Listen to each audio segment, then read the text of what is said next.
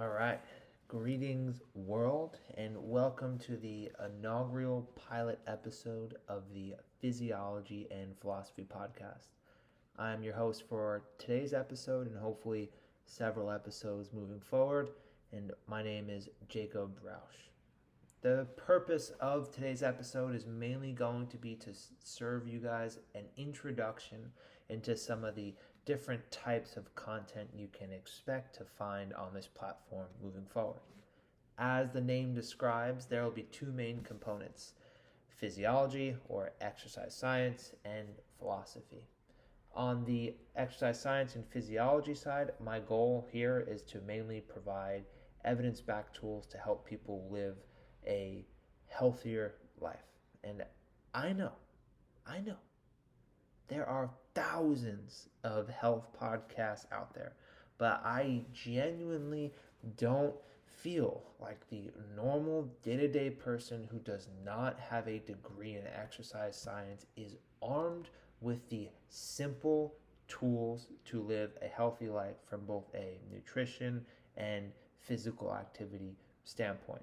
And I'm sitting with a decade of direct research experience in exercise science. I have roughly, not roughly, precisely 13 peer-reviewed publications, and I've worked in professional baseball and professional basketball as well.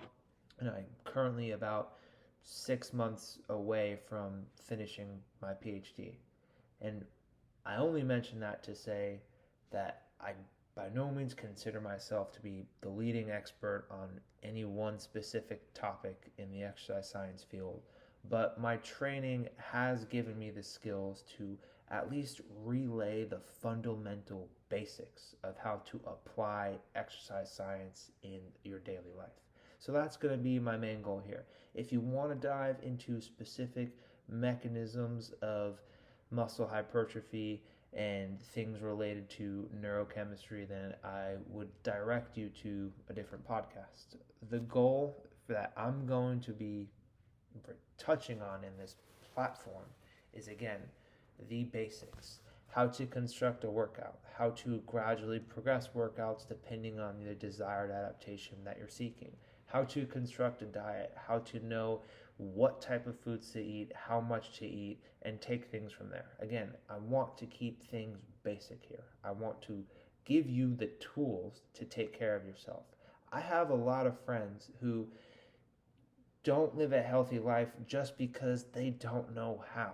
And again, I know there's a lot of health podcasts out there, but I feel like it's the responsibility of people in the exercise science field to do their part in sharing their wealth of knowledge. And again, main focus here for me is going to be clear, applicable ways that you can easily adopt a healthier life. And even if you haven't already sought out ways to improve your life and you think you're happy with where you are, if you start to sleep better, if you start to move better, if you start to put on some muscle mass and shed some fat mass, you're going to feel better. And being healthy and is not something to, scoff at. If you can get healthier, you're going to feel better. I promise you, and I am here to guide you along your journey.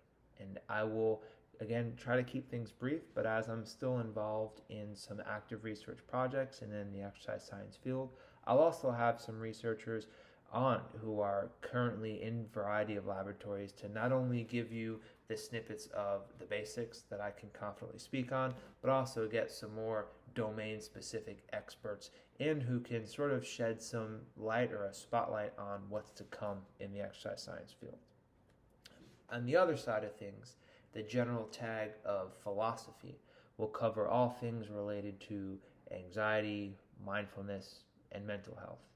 And again, I am by no means a trained academic philosopher or a mental health specialist, but what I am is a very anxious person, and I've suffered with bouts of depression throughout the entire duration of my life. So, on one hand, you could say I have 28 years of field experience directly encountering the daily mishaps of dealing with anxiety. And I only mention this because I've spent the last decade of my life meticulously searching for anything that could provide me some mental relief or mental tools to go about my daily life, and trying to find a sense of calm peace to operate from instead of this go, go, go anxiety fusion that without these resources is what most of my days look like. And